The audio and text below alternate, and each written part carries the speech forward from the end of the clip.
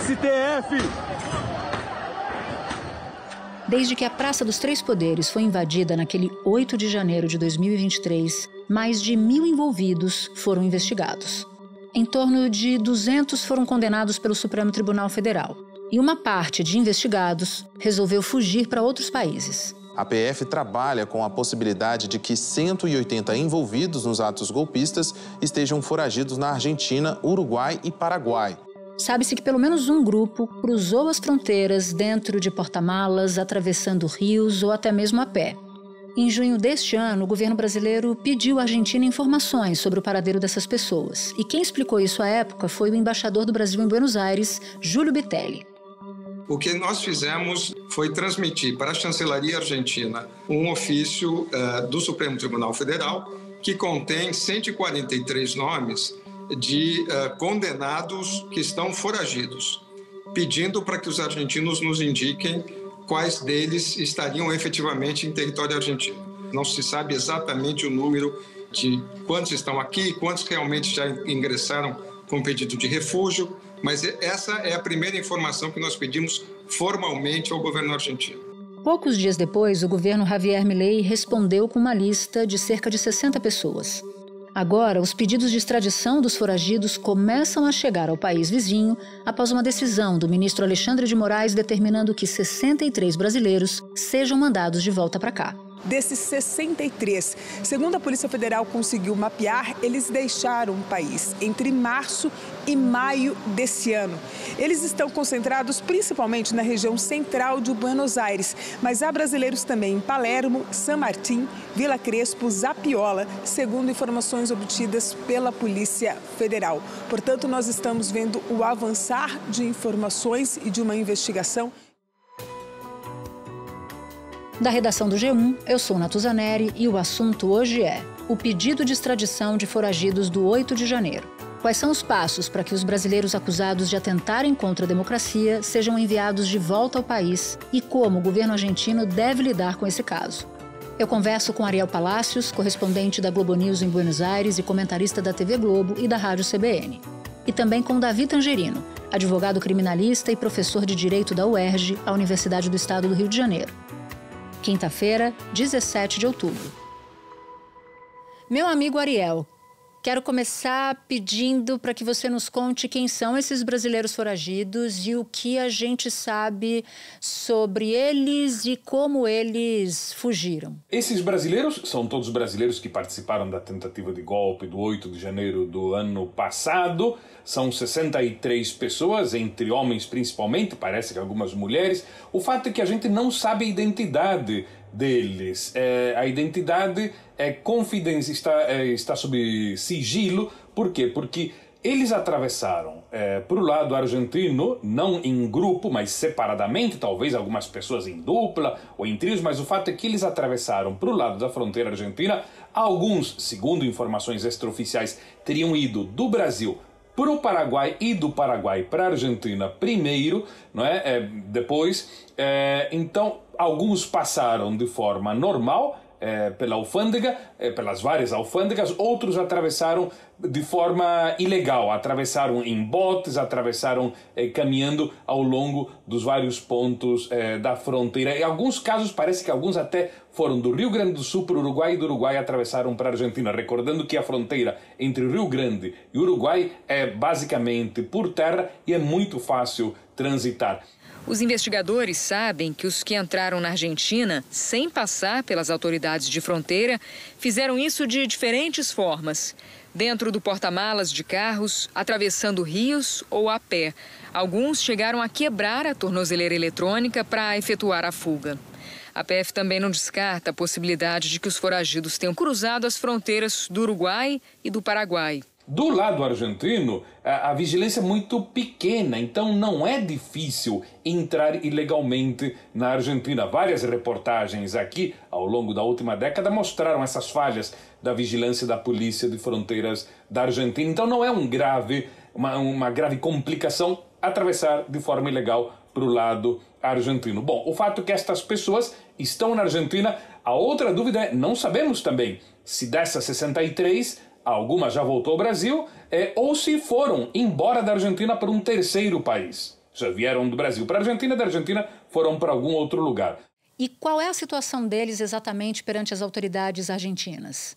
O fato é que há 63 pedidos de extradição e, na Argentina, quem recebeu o pedido de refúgio dessas pessoas é a CONARE. A CONARE é a Comissão Nacional de Refugiados. A CONARE não divulga o nome das pessoas, não divulga tampouco o número dessas pessoas, nem as circunstâncias como entraram, nem a data na qual entraram.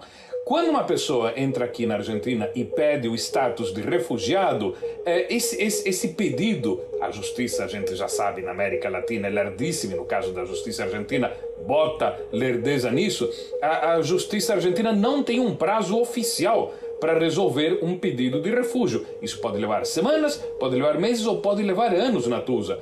Então, até que cada pedido seja analisado e aí a comissão decida se vai dar a essa pessoa o status de refugiado ou não, enquanto isso, essa pessoa tem os direitos normais de um refugiado, de forma provisória. Isso se aplica a qualquer pessoa que venha, por exemplo, do Haiti, pedindo refúgio, fugindo do caos haitiano, alguém que está fugindo da Rússia, de Vladimir Putin, alguém que está fugindo do Talibã, do Afeganistão. Então, enquanto se analisa, independentemente se a pessoa é de verdade uma refugiada real, que está fugindo de uma ditadura, ou se é algum picareta, enquanto isso, essa pessoa tem essa blindagem legal. Então, nessa atual circunstância, estamos nesse limbo, sem saber o número exato de pessoas, o número de pessoas que ainda permanecem no país, as identidades, as idades, de onde vieram, em que dia atravessaram, está nesse limbo total. E sem saber tampouco quando é que essas pessoas terão os seus pedidos aceitos ou recusados, até porque, como disse, não é um pedido em grupo, é um pedido individual, né, de cada pessoa, Natuza.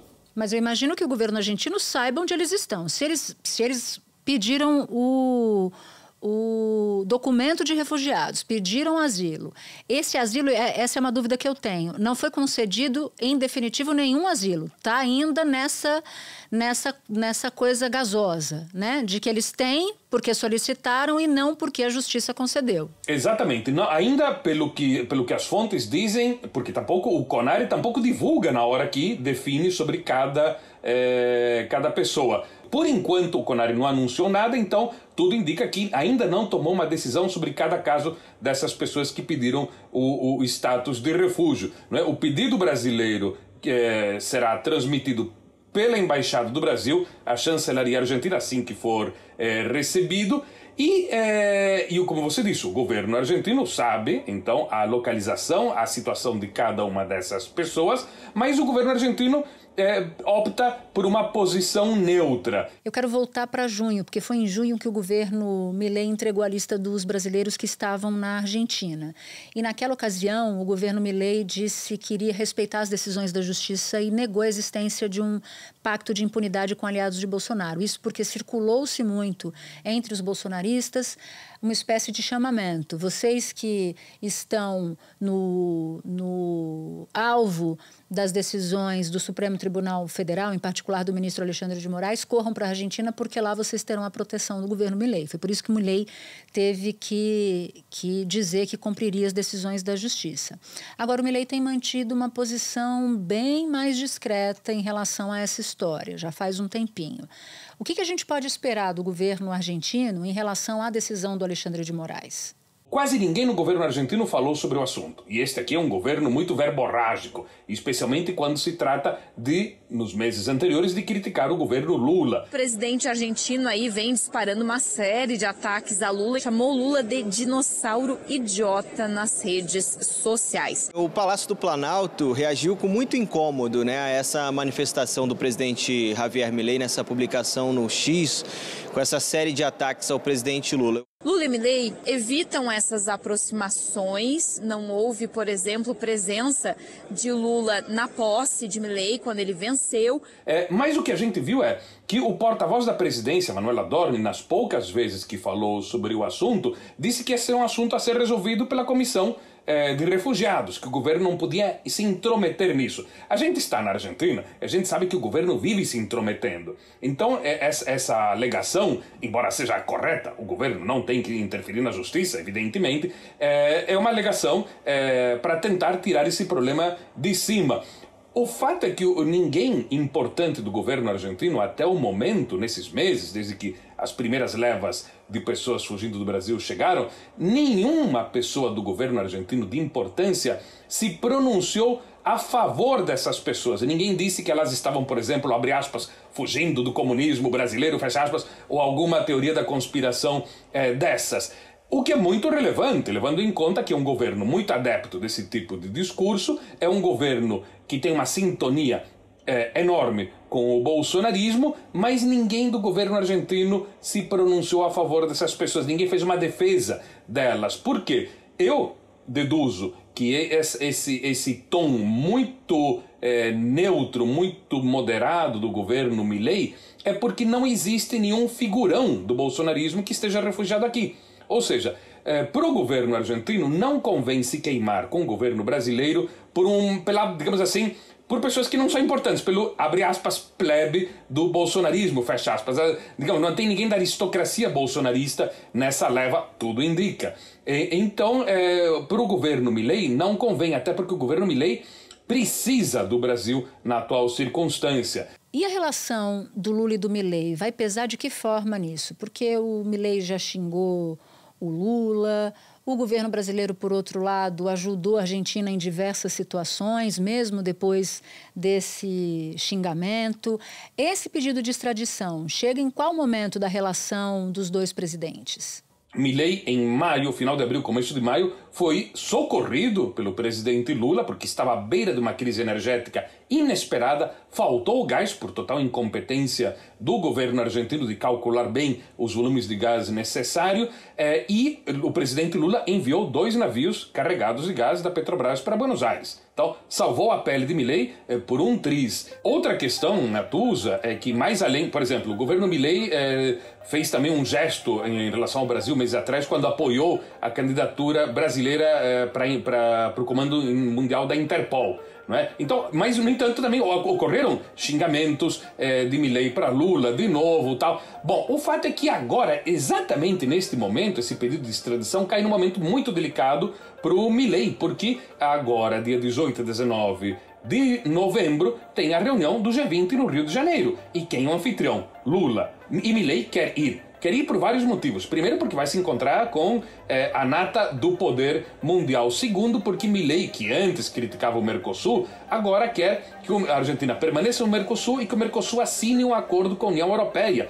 E é muito importante esse acordo do G20, porque pode haver um empurrão para que esse acordo ocorra finalmente. Então, Milei tem um interesse muito especial que não haja problema com o Brasil, nem agora, em novembro, quando tem a reunião do G20, nem na cúpula do Mercosul em Montevidéu em dezembro, quando aí essa tentativa de negociação com a União Europeia poderia dar outro passo além. Mas dá para responder se essa descrição do governo Milei é um indício de que a Argentina vai cumprir esse acordo de extradição ou não se sabe ainda? O que estão dizendo por aí? Não se sabe ainda, Natuza, até porque como esse pedido, como a concessão do refúgio é algo que não tem prazo, que pode demorar anos, e a aceitação ou não de um pedido de extradição também pode levar anos, isto aqui pode ser empurrado para depois do fim do atual governo Lula e do fim do atual governo Milei. Então, isso burocraticamente pode ficar para os próximos presidentes, tranquilamente. Então, o governo argentino pode tirar esse problema de cima sem entrar em conflito aberto com o governo Lula e sem melindrar os bolsonaristas aliados do Brasil, empurrando esse assunto para a própria burocracia argentina, que costuma ser muito lenta. Ariel, meu querido, muito obrigada pelas explicações. Foi um prazer ter você aqui. Muito obrigado. Espera um instantinho que eu já volto para falar com o Davi Tangerino.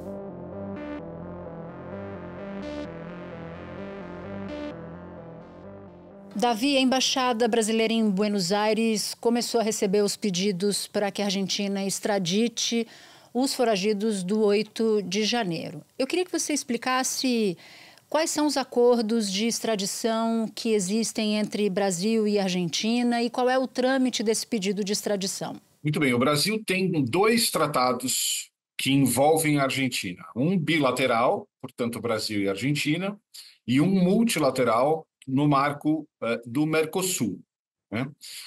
O procedimento ele é relativamente simples. O Estado requerente, o Brasil, via relação diplomática, entra em contato com a sua contraparte na Argentina, o equivalente ao Ministério das Relações Exteriores, que submete, então, por sua vez, ao judiciário argentino, a quem incumbe a decisão final, de entregar esta pessoa ao governo brasileiro. Agora, e se eles pedem asilo político lá? O que acontece? É absolutamente comum nos países de tradição jurídico europeu continental, como é o caso do Brasil e da Argentina, que, em havendo deferimento do pedido de asilo, não se extradite. Por uma razão muito simples, as razões que autorizam deferir o asilo são contraditórias às razões de entregar aquele nacional, né, nessa perspectiva, aquele estrangeiro ao seu país de origem. Por isso que, como no caso brasileiro, deferido o asilo, não se defere a extradição. Isso costuma criar algum tipo de fricção diplomática entre os 2 países? Porque acho que é bom esclarecer para quem nos ouve. O governo brasileiro está cumprindo uma decisão judicial também, que é solicitar e iniciar os trâmites de pedido de extradição dos brasileiros que estão na Argentina. Quando você fala que o governo argentino não necessariamente extradita, não realiza o pedido do governo brasileiro, se faz com base em quê? Ou não faz com base em quê? Pois é, existem alguns vetores de óbice à extradição. O asilo é um deles, digamos, o mais objetivo deles, mas o mais cuidadoso do ponto de vista diplomático. Porque você só concede asilo a alguém que está sendo perseguido ou cuja integridade física está em perigo, injustamente em perigo, por uma autoridade estrangeira. Então, o recado que vai junto é que o Brasil vive um estado de exceção, em que se não observa o rule of law, né, o Estado democrático de direito. E na sua avaliação é o que está acontecendo? De maneira nenhuma. Eu acho que o governo Milei teria outros caminhos, caso se anime a negar, não que isso não vá causar também ruídos diplomáticos, mas em menor intensidade, porque os textos dos tratados, texto jurídico em geral dá sempre margem à interpretação, não por acaso temos tantos recursos e tribunais. Mas os tratados internacionais, é importante marcar isso, eles têm um texto ainda mais vago do que as leis nacionais. Primeiro porque são produto de trabalho diplomático e não é requisito formação jurídica para ocupar essa função, e porque você precisa encontrar um texto que transite em sistemas jurídicos diferentes, né?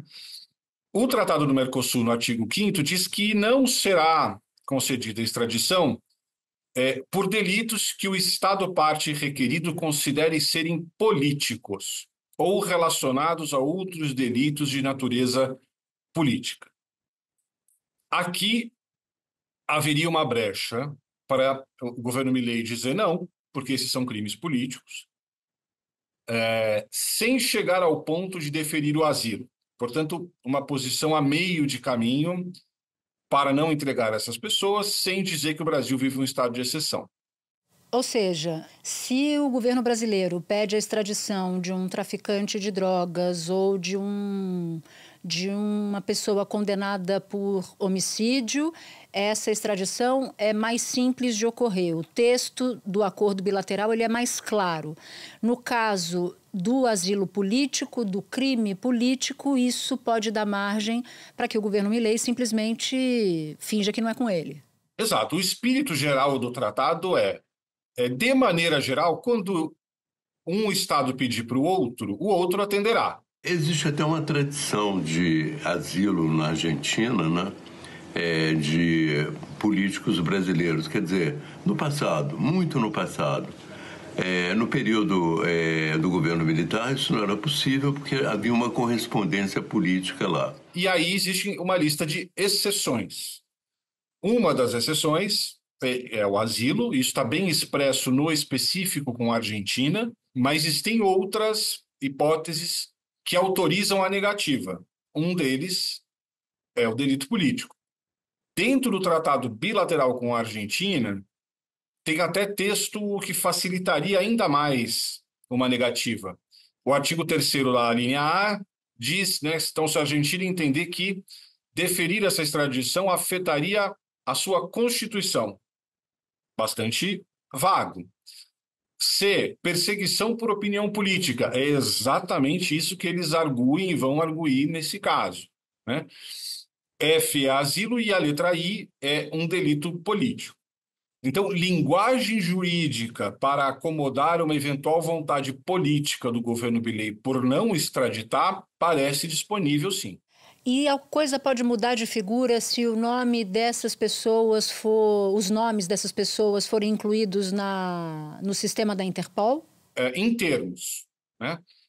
Nós tivemos essa discussão amplamente aqui há alguns anos por conta do caso Robinho, enquanto havia a dúvida se o governo, se o Estado brasileiro, melhor dizendo, cumpriria a pena imposta na Itália ou não.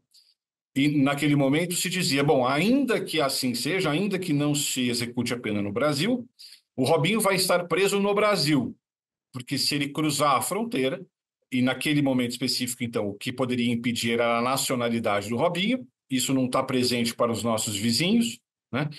Essa autoridade, então, prontamente entregaria para o governo, melhor dizendo, da Itália.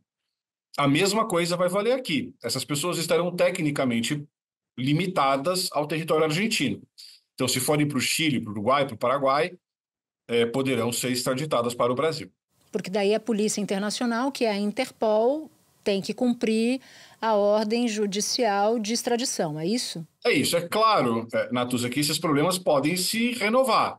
Agora, o governo do Paraguai, ou do Uruguai, ou do Chile poderão dizer que é delito político. Apenas que as lideranças políticas desses países não parecem ter o apetite para um desgaste e um apelo de natureza ultradireitista, como é o caso do Milei.